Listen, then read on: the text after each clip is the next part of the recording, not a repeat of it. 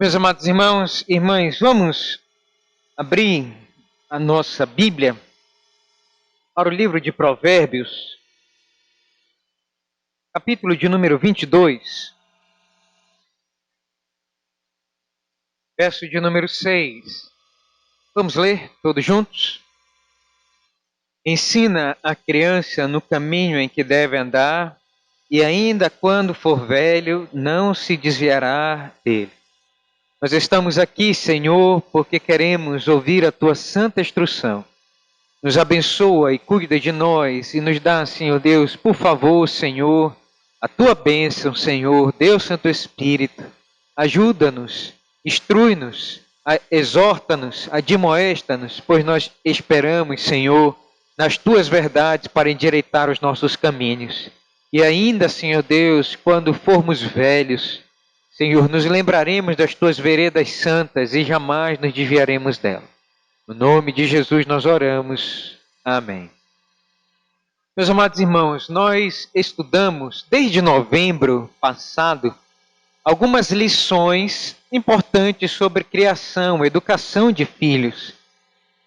Numa primeira lição, nós tratamos sobre a questão da concepção e da importância que há na vida intrauterina. Nós mostramos isso para vocês. Nós falamos da importância de um parto humanizado, de uma boa gestação, e de que desde lá nós entendemos que Deus, conforme o Salmo de número 139, já está escrevendo a história da nossa vida. Todos os nossos dias foram escritos determinados antes que nenhum deles houvesse ainda. Então, a vida intrauterina ela é muito importante. E nós aprendemos alguma lição sobre isso. Depois nós falamos sobre a importância do papel do pai, do papel da mãe na criação dos filhos. Nós falamos que a mãe ela tem uma proximidade maior com os filhos, né? E o papel da mãe é o papel do amor, do carinho no lar. A mãe ela tem que exercer esse papel fundamental. Uma moça, um rapaz que não recebe esse amor, esse carinho, né? Ela ou ele, mais para frente, vai ter relacionamentos desastrosos, né? E vai procurar ter relacionamentos errados, um amor errado, porque recebeu um amor de um pai, de uma mãe errado dentro de casa. Por isso essas adolescentes tão cedo, precocemente, né? Namoram de maneira errada e pensam que vão encontrar um amor verdadeiro que não encontraram dentro de casa no pai e da mãe, e na verdade estão procurando simplesmente, né, aquele ciclo, né, de falta de amor e não vai encontrar, né, nesses rapazes que não estão preparados para se casar, né? E aí quebra a cara e cria todo um ciclo vicioso, né? Isso vai ser transmitido para os filhos. E nós tratamos disso, né? Então, o papel da mãe no lar é o papel do amor, o papel do pai é o papel da lei, né? Então, aquilo que a rebeldia de um filho, de uma filha, né, a mãe não consegue resolver, então tem que passar para a lei, e é o papel do pai, né? E o pai, então, ele tem que cortar pela raiz a birra de um filho birrento, a rebeldia de um filho revoltoso, né, enraivado lá. Quem tem que fazer isso é o pai. Ele tem a lei é o pai. Então, o que a mãe não consegue com o amor e com a disciplina e amor, o pai tem que fazer com a disciplina e a lei. Então, nós trabalhamos um pouquinho sobre isso, falamos para vocês sobre essa questão, porque hoje, né, nós vemos muito pais ausentes e as mães são mães e pais. Isso cria também todo um problema, um desarranjo. E os nossos filhos, eles sofrem porque as funções no lar estão desarranjadas. E por causa desse desarranjo, né, os filhos, eles sofrem. E aí você vai ter então filhos que de repente a mãe diz assim, filho, vai jogar o lixo fora. Aí o filho diz, não vou. Começa a enfrentar a mãe. E aí a mãe bate, né? Aí o filho diz, não vou. Né? E aí 1, 2, 3, 7 vezes. E aí não consegue. E aí quando o pai chega, aí já está criado aquele problema, né? E aí hoje nós encontramos pais bananas que também não resolvem o problema, aí se cria uma problemática dentro de casa, né? Eu tenho uma família, né, que nós pastoreamos, que era assim, casa, a mãe, né, o pai muito ausente, muito passivo, a mãe ativa, não conseguiu dominar, né, os filhos, né, e aí eu tinha que interferir como pastor e pai. Aí, resultado, né, um dos filhos saiu da igreja porque sabia que a mãe ia trazer o problema para o pastor ia tentar resolver, né, a falta de disciplina, porque o pai não fazia, e aí então um dos filhos mudou de igreja. Já pensou? Problemático? Por quê? Porque o pai, ele tem que ser a lei, né, em casa. E aí, quando transfere, aí acontecem esses problemas, né, que podem acontecer. Um terceiro assunto que nós tratamos aqui, irmãos, só para lembrar, né, a mente de vocês, foi a questão, né, do estado que nós temos que entender, do estado de pecado que os nossos filhos nascem. A teologia reformada vai nos ensinar que todo ser humano ele já nasce no estado caído de pecado. E os nossos filhos, eles não são anjinhos, mas são os diabinhos. Pastor, não fale negócio desse, mas tá gravando, né? Tá, né? É o diabinho, por quê? Qual é o pai e a mãe que ensina o filho a puxar o cabelo da outra criança, a morder a outra criança por um brinquedo? Qual é o pai e a mãe que ensina o filho a dar uma bofetada no pai? Pá! Quem é o pai e a mãe que ensina isso? Um filho bater na cara do pai, no rosto da mãe. Quem ensina isso? Ninguém ensina. Quem ensina isso é o pecado. O pecado. Então nós já nascemos no estado corrompido de pecado, os nossos filhos já nascem assim, né? E eles vão com o tempo piorando, né? E se um pai e a mãe não forem ajustados, tiverem uma vida santa, os pecados dos pais serão os mestres, né, os professores do filho, da filha. E eles vão aprender as coisas erradas ainda do pai e da mãe. Então nós temos que entender que os nossos filhos, eles nascem no estado corrompido de pecado. E eles vão ter toda a propensão de serem desobedientes, desafeiçoados, né, como diz a palavra de Deus, né, mesquinhos, avarentos, né, mais para frente vão cair em vícios, em bebedice. E se a graça de Deus não chegar no coração, né, o pecado vai levar corrente abaixo. Então todo pai e toda mãe tem que saber, né, que nossos filhos eles nascem num estado de pecado. Isso vai afetar três coisas. Três coisas: mente, razão, coração, né, a emoção e o comportamento. Então vai ter criança, meus irmãos, que vai ter um estado pecaminoso mais acentuado na mente. Então vai ser uma criança que ela vai estar todo o tempo pensando muito. Uma criança ansiosa, uma criança estressada. Aí o pai está para chegar em casa e já houve outras brigas, né? E a criança então vai ficar agitada, ela está pensando no que pode acontecer e ela vai dizer: mamãe, vamos arrumar a casa, porque o papai está chegando, vamos arrumar a casa rápido. E ela está pensando na frente, o pensamento acelerado, né? Ansiedade e o estresse já na idade infantil. Estresse infantil. Aí nós vamos ter que dar ansiolítico para essas crianças para serem tratadas, porque são ansiosas na mente, pensam demais, né? E aí você tem que identificar isso no seu filho. Nós tratamos isso, mostramos alguns versículos que mostram isso, né? Os textos bíblicos que provam isso. O segundo lugar que se afeta, que você tem que perceber, é justamente o coração. Então, vai ter filhos, crianças, que elas vão ter suas emoções maculadas pelo pecado, acentuada nas emoções, e vão ser crianças depressivas. Crianças que, quando tem problema, elas se isolam, elas, elas, elas não querem a companhia de ninguém, né? E o pai e a mãe vai perguntar: filho, filha, por que você está assim? E a criança sempre cabisbaixa, né? Sempre tristonha, porque de repente está enfrentando algum problema no lar. Sempre são problemas nos lares, né? Problema no lar com o pai, com a mãe, alguma coisa.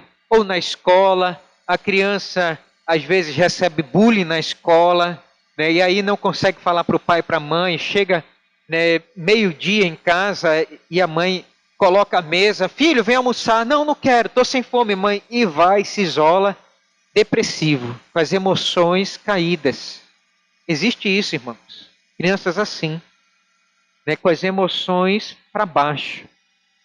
E aí é preciso, então, todo um tratamento, né, para poder levantar a autoestima, os sentimentos dessa criança, né, porque senão sempre para baixo, se isolando.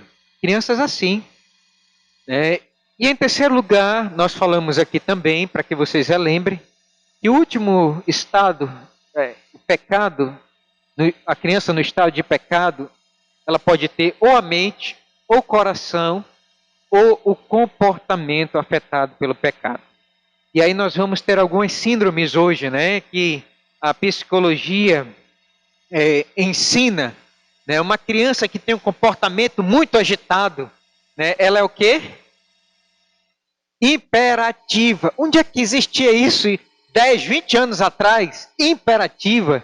Né? Uma criança que subia no galho da árvore, pegava goiaba e brincava, né? E tem muita energia, uma criança tem muita energia, mas é uma criança que não domina o seu comportamento. Ela, né, não fala o que ela vai fazer, ela já faz. Porque o seu comportamento no estado de pecado é acelerado. Ela vai, ela pensa e já quer fazer, ela mete a mão dentro do formigueiro sem pensar nas consequências, né? Aperta uma casa de vespa, ela não pensa, o comportamento acelerado, sobe em cima de uma escada e de repente não pensa que pode cair, ela tem um comportamento acelerado. Por quê? Porque o pecado macula o comportamento. Então tem que se ter o tratamento, isso tem que ser conversado, né? O pai e a mãe tem que ter muita paciência também para poder tratar isso e ensinar a criança, né, no caminho que ela deve andar, conforme diz aqui Provérbios 22:6. Então, irmãos, eu mostrei isso para vocês, né, desde novembro passado até hoje. Eu falei outras coisas também, né, sobre os pais que devem ter uma língua serena para poder educar os filhos na demonstração, na disciplina do Senhor. Mas hoje eu queria, né, entrar num tópico final, para a gente finalizar aqui, que eu disse que nós íamos tratar, que é a questão da disciplina bíblica, né, dos filhos, tá?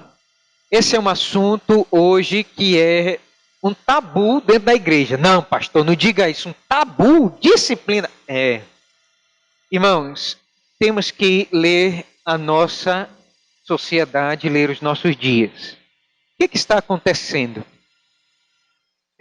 Quando, irmãos, nós passamos para o século XX, nós passamos, meus irmãos, com alguns ideais que vêm de alguns anos atrás, de uma filosofia, né, educacional que abandonou Deus. Nós vamos ter o rompimento, né, da ciência com a Igreja Católica a partir, né, do século XVI, quando nós temos o rompimento da Igreja Protestante com a Igreja Católica. A Igreja Protestante, ela propiciou, claro que já havia um contexto no mundo, para que houvesse várias liberdades no mundo. Uma delas foi a arte. A arte, antigamente, era ligada à igreja. Então, a igreja ditava como deveria ser a arte. Então, os escultores, eles esculpiam uma estátua e tinha que ter um rosto de um santo. Tudo tinha que ter o viés da igreja. As pinturas, tudo, de anjos. Aí vocês vão ver aquelas pinturas antigamente, século XVI, Idade Média. Tudo era pelo viés da igreja.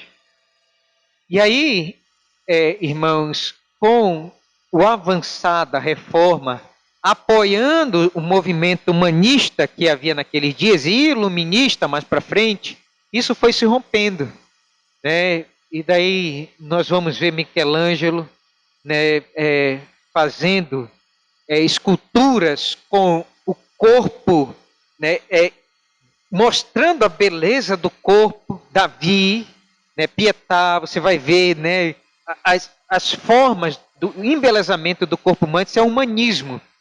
E nós vamos ver essa mudança nessa área. Outra área que mudou foi a economia. Né, depois que foi libertado da Igreja Católica, né, a economia ela teve um avanço estrondoso, astronômico. Por quê? Porque a Igreja Católica ela pregava que as riquezas elas eram maldição e que você deveria então largar tudo e ir para o monastério. Se você era um rei, uma princesa, um príncipe, então você deixa tudo para ser um monge. Engraçado, né? Que ela pregava isso na teoria e na prática era a maior igreja mais rica do mundo, como até o dia de hoje, né? Mas ela dizia, não, largue tudo, é igual a Igreja Universal, deixe tudo aqui que Deus vai lhe dar em dobro. Aí você perde tudo, fica pobre e a igreja fica rica. Isso acontecia naqueles dias.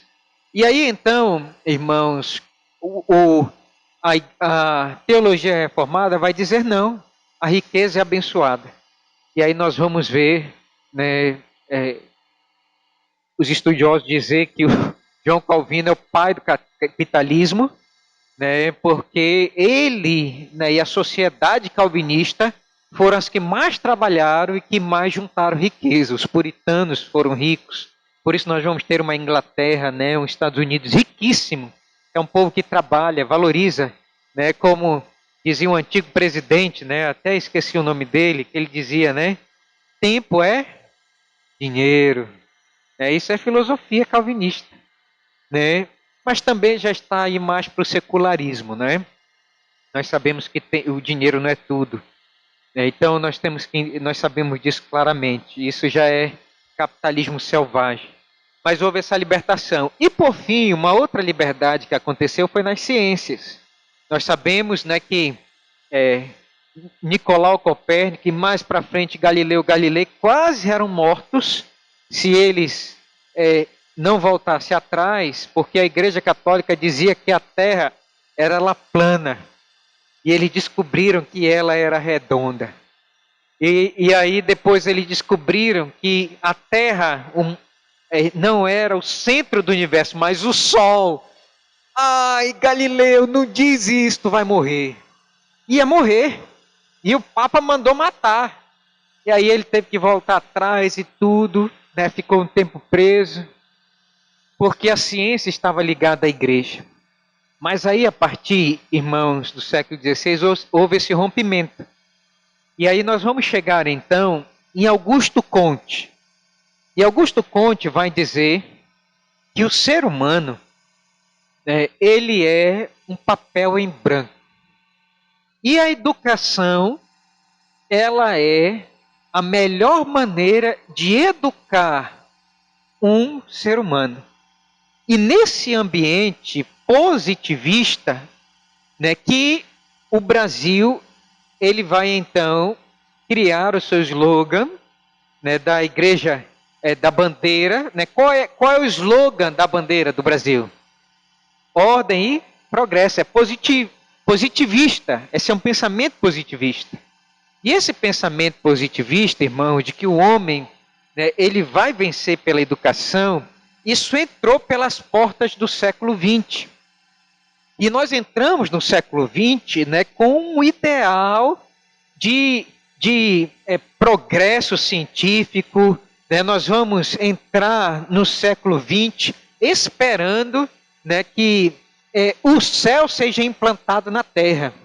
Havia um fanismo, né, de que a igreja conseguiria, numa corrente chamada de pós-milenismo, e o pós-milenismo ensina que haveria tantos crentes, tantos cristãos, que eles conseguiriam implantar o paraíso aqui na terra, porque o homem seria bem educado, porque o evangelho transformaria, né, a vida das pessoas. Mas aí, meus irmãos, nós entramos no século XX e em 1914, né, esse ufanismo de querer um mundo melhor vai por água abaixo. O que é que acontece em 1914, 1915? Primeira Guerra Mundial. Toda a ciência, toda a educação que o homem entra no século XX vai por água abaixo, né? E 30 milhões de pessoas são exterminadas da face da Terra. Você já imaginou isso? E aí, né, parece que vai passar isso, não vai passar. 1939, o que acontece? De novo, o homem vai usar toda a sua ciência para poder destruir o seu semelhante, o seu irmão. E nós vamos ter então na Segunda Guerra Mundial 60 milhões de pessoas. Ao todo, com as duas guerras, 90, quase 100 milhões de pessoas foram mortas. E foi se acabar com 2 bombas lá em Hiroshima e Nagasaki, né? E mostrando que o homem, na sua educação, ele se torna um monstro. Um monstro. E quanto mais informação o homem se torna mais, né, um monstro insano, capaz de destruir e de exterminar toda a Terra. 1989, meus irmãos, nós vamos ter aqui, na década de 80, né, nós vamos ter a Guerra Fria. A União Soviética era um barril de pólvora. E vai dizer Mikhail Gorbachev, no seu livro Perestroika, que a União Soviética ela tinha, né, um arsenal que dava para destruir a Terra 4 vezes. 4 vezes. Se estoura a Guerra Fria entre Estados Unidos e União Soviética, eles implodiriam o mundo. Você já pensou isso? Já pensou? Então percebam, meus irmãos, que o positivismo ele é maléfico. Por quê? Porque informação não traz transformação de coração, de índole humana. Por quê? Porque o homem está contaminado com o pecado. Quem é capaz de mudar o coração do homem, transformar o coração do homem? Somente o Evangelho. Mas aonde eu quero chegar, meus irmãos? Eu quero chegar então na questão da disciplina. Esse discurso positivista, ele perdura até os dias de hoje, né? E aí, o nosso Brasil, que foi criado sobre o slogan positivista de ordem e progresso, ele então, meus irmãos, leva isso ao pé da letra e entende que a educação é a melhor forma, né, de educar os nossos filhos. Então, o nosso Congresso Nacional, que é a Casa de Leis, o que eles fizeram debaixo desse pensamento e essa argumentação? Criaram uma lei no Brasil que proíbe os pais de darem uma palmada nos seus filhos. A argumentação positivista é essa. Nós temos que educar os nossos filhos com conversa, com o diálogo e não com a vara. Então percebam que eles estão fazendo malignamente uma oposição àquilo que a palavra de Deus diz. É por isso que o governo atual, ele vai dizer, nós defendemos a família. Porque não se falava de família, não se falava de bandeira, né? Não se falava de respeito. E aí, meus irmãos, hoje você vai encontrar então mães crentes dentro da igreja, E elas, com esse argumento positivista, elas vão ressachar a disciplina bíblica que diz que nós devemos educar os nossos filhos com a vara, com a disciplina, com a demonstração, com a oração. Nessa semana, a minha esposa teve um pequeno embate nas redes sociais, porque uma mãe postou que não se deve educar os filhos com a vara.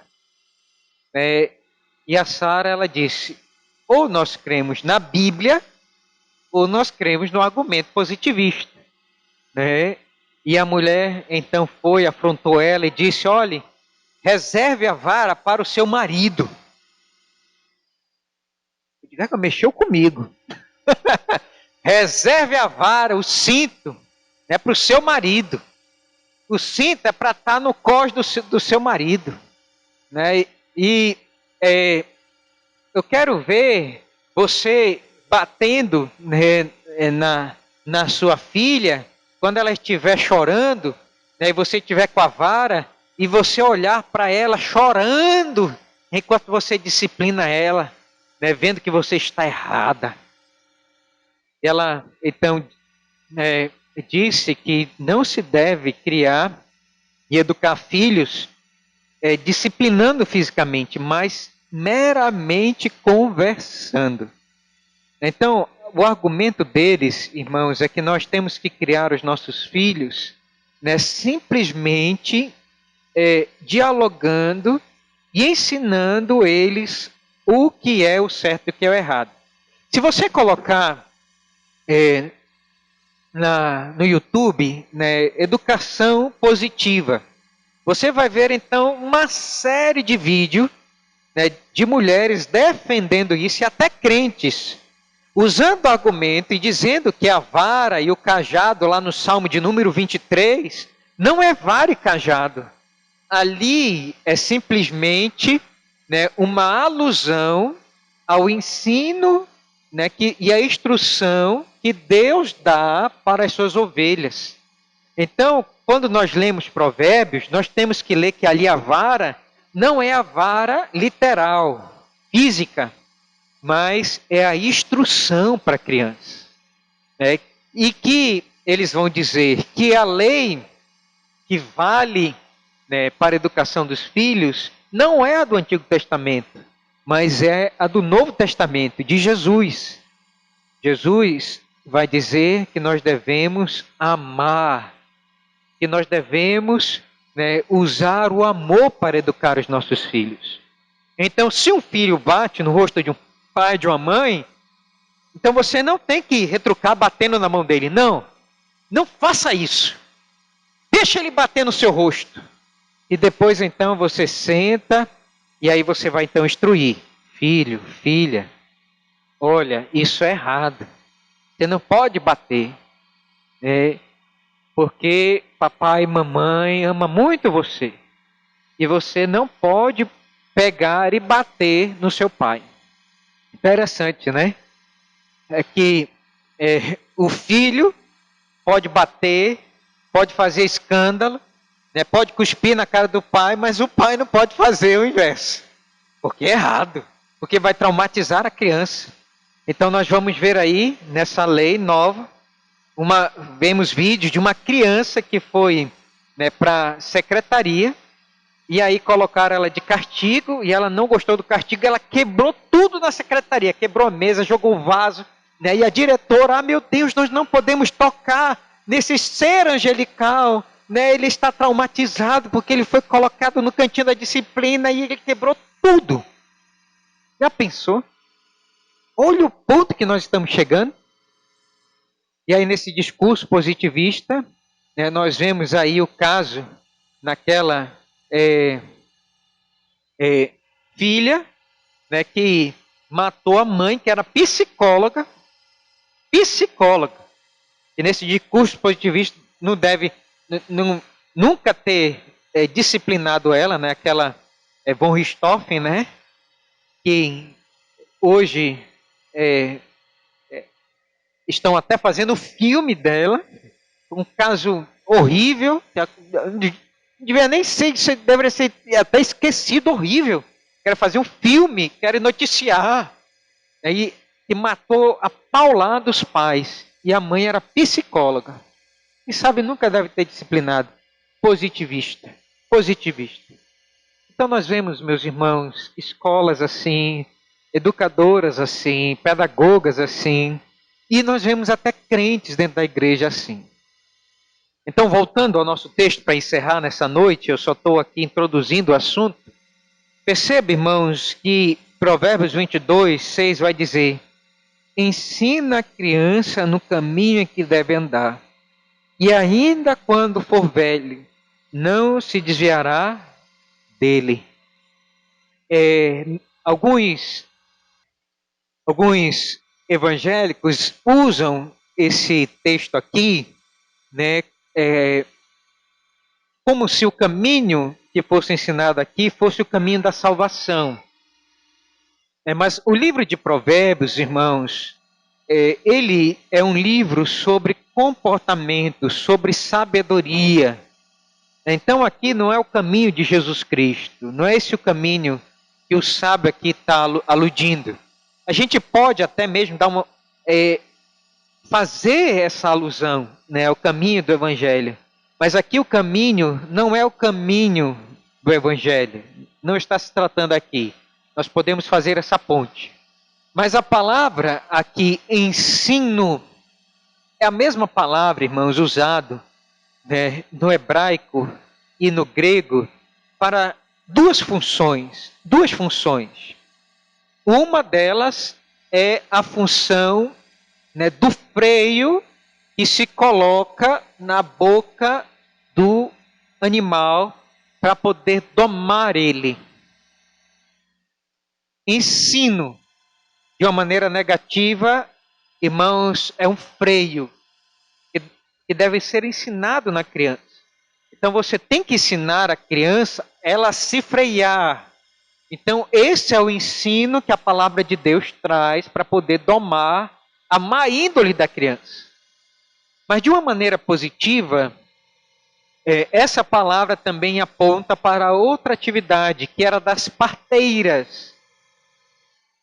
As parteiras hebreias, antigamente, elas ensinavam uma criança a mamar. A criança, irmãos, ela não sabe algumas coisas essenciais para a sua vida. Nós achamos que ela sabe. Nem a mãe sabe dar de mamar muitas vezes. E aí a criança vai e tenta pegar no peito da mãe, não consegue, fere, né? E aí cria-se aquele problema. E aí a mãe chora de um lado porque não consegue amamentar. Aí o menino chora de outro lado porque não consegue receber o leite da mãe. E aí o pai também chora porque vê aquela situação. E é uma crise familiar. Ai meu Deus, e agora? É triste isso. Irmãos, é complicado. Eu passei isso na minha casa. E o que as parteiras hebreias elas faziam para a criança ensinar ela a mamar? Sabe o que elas faziam? Molhavam o dedo, né, na borra do vinho, né, que é meio amargo e meio grudento, e passava no céu da boca da criança. E a criança então ela ficava. E aí colocava no peito da mãe. E aí então a criança sugava, né, o leite da mãe. Então isso, irmãos, é ensinar aquilo que a criança, ela por si mesma não seria capaz de aprender. E ela morreria por falta do leite materno se ela não aprendesse a sugar o leite da mãe. Então percebam, meus irmãos, que aqui o ensino ensina a criança, ela tem que ter esse ensino positivo, porque há um comportamento que a criança deve aprender com o pai e com a mãe. É por isso que é necessário que o lar seja ajustado, que o lar seja harmonioso. que o pai e a mãe saibam as suas funções e os seus comportamentos para poder instruir o filho de maneira positiva. Porque se o lar for desorganizado, a criança ela vai ser uma criança ansiosa, uma criança problemática, uma criança rebelde, uma criança birrenta. Por quê? Porque o pai e a mãe não funcionam como pai e mãe. Então, o pai e a mãe têm que ter o entendimento completo da sua função para poder, de maneira positiva, ensinar os filhos no caminho que deve andar. E, de maneira negativa, retirar aqueles comportamentos que levariam a um cidadão futuramente amamãezado, problemático, que não vai ser um bom marido, que não vai ser uma boa esposa. Então você tem que retirar desde criança. E até quando for velho, não vai se esquecer do ensino que recebeu em casa.